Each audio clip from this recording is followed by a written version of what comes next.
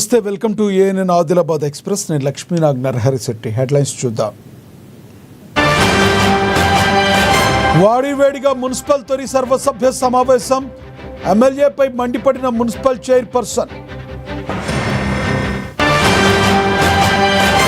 Job మేళాలో కంది Srinivasa Reddy motivational speech. యువత అధికారులను ఆకట్టుకున్న ప్రసంగం. పోలీస్ జాబ్ మేళాకు విశేష స్పందన. భారీ సంఖ్యలో తరలివచ్చిన నిరుద్యోగ యువత. ఆదిలాబాద్లో 3.5 ఏళ్లుగా కొనసాగుతున్న నిత్యాన్నదానం. పేదల ఆకలి తీరుస్తున్న కంది శ్రీనివాసరెడ్డికి ప్రశంసల వెల్లువ.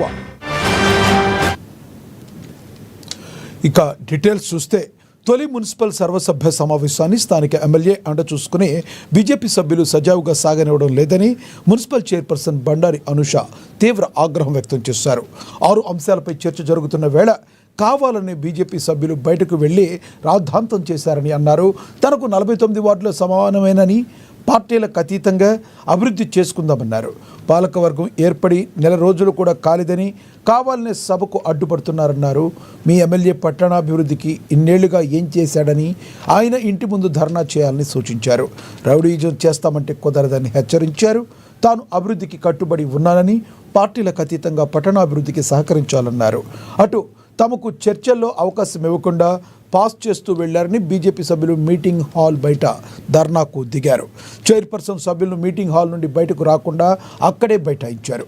అనంతరం పోలీసుల సాయంతో చైర్పర్సన్ బండారి అనుష బయటకు వెళ్లారు.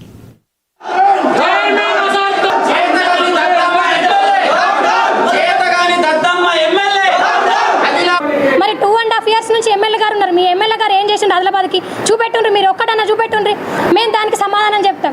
ఎందుకంటే మీరు కనీసం ఒక 6 నెలలు చూసిన తర్వాత మేడం మాకు న్యాయం జరగలేదంటే దానికి నేను ఆన్సర్ ఇస్తాను. మీరు కౌన్సిల్ అయ్యి కనీసము 15 రోజులైంది నేను ఛార్జ్ తీసుకొని. నేను మీ వార్డులు కూడా 2-3 వార్డులు నేను ఫస్ట్ బీజేపీ వార్డులు తిరిగినా, అయినా కూడా మీరు దాన్ని గుర్తించకుండా 1 hour ఉన్న సమావేశానికి మీరు 2.5 hours చేసిండ్రు. ఎమ్మెల్యే సార్ వెళ్ళిపోయినాక 1 hour నడిచింది సమావేశం. దానికి మీరు ఒక్కసారి ఆలోచించాలి. ఎందుకంటే మీరు రౌడీజం చేస్తాం అనుకుంటున్నారు. మీరు రౌడీజం చేసుకోండి, మేము మాత్రం ఆదిలాబాద్ పట్టణ అభివృద్ధి చేసి చూపిస్తాం. నేను వాళ్ళు అడిగిన ప్రతి ఒక్క క్వశ్చన్కి ఆన్సర్ ఇచ్చిన. ఎందుకంటే మన కౌన్సిల్ 1.5 year నుంచి లేదు. దీన్ని మీరు దృష్టిలో పెట్టుకోవాలి. నేను ఆల్రెడీ ఫస్ట్ నుండి మెన్షన్ చేస్తున్నా, 49 వార్డ్స్ కూడా నా వార్డ్స్ అని ప్రత్యేకంగా నేను గెలిచిన ప్రతిరోజు ఇదే మాట చెప్తున్నా. కానీ వీళ్ళు దృష్టిలో పెట్టుకోకుండా ఏదో చిల్లర దందాలు చేస్తామనుకొని వచ్చేసిండ్రు ఇక్కడికి.